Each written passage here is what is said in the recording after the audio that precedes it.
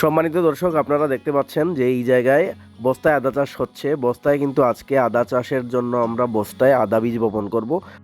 এই জায়গাটা হচ্ছে উত্তর ফেঞ্চিগঞ্জ ইউনিয়নের সুলতানপুর গ্রাম, এবং যিনি এটি বাস্তবায়ন করছেন তিনি হচ্ছেন আমাদের কৃষক কালীকুমার বিশ্বাস দাদা।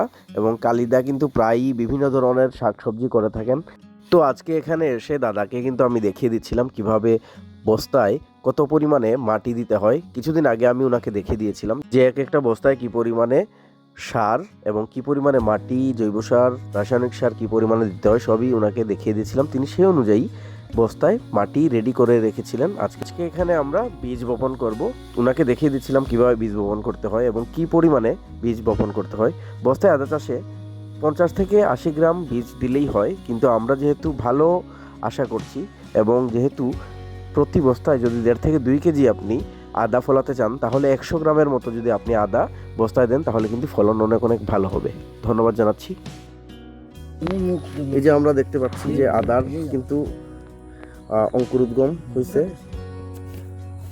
বর্তমানে বাংলাদেশে বস্তায় আদা চাষ খুবই একটি জনপ্রিয় এবং খুবই উপযোগী একটা প্রযুক্তি, এবং বস্তায় আপনি চাইলেই কিন্তু বাড়ির আঙিনায় অথবা আপনার ঘরের পাশে আপনি চাইলেই সেটা করতে পারেন।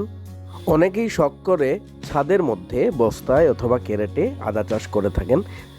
আপনাকে প্রপার গাইডলাইন্স আপনি যদি না মানেন তাহলে কিন্তু আপনি ফেলিওর হবেন। সেক্ষেত্রে কিন্তু আপনাকে গাইডলাইন্স অবশ্যই মানতে হবে।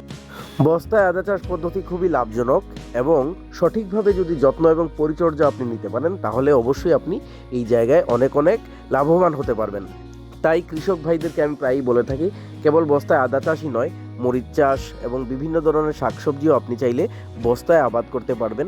বস্তায় আদা চাষে বস্তায় মাটি প্রস্তুতিতে কি পরিমাণ উপকরণ আপনার দিতে হবে সেটা আপনার স্ক্রিনে আমি এখনই দিয়ে দিলাম।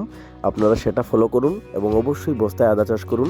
আমার ফলোয়ার যারা যারা আছেন, কৃষক যারা যারা আছেন, তারা অবশ্যই বাড়িতে এটা প্র্যাকটিস করুন। ধন্যবাদ জানাচ্ছি। শীঘ্রই আসছি নতুন নতুন ভিডিও নিয়ে, কৃষির চিত্র নিয়ে এবং কৃষির পরামর্শ পেতে, সঠিক পরামর্শ পেতে আমার এই পেজটিকে ফলো দিয়ে রাখুন। ধন্যবাদ।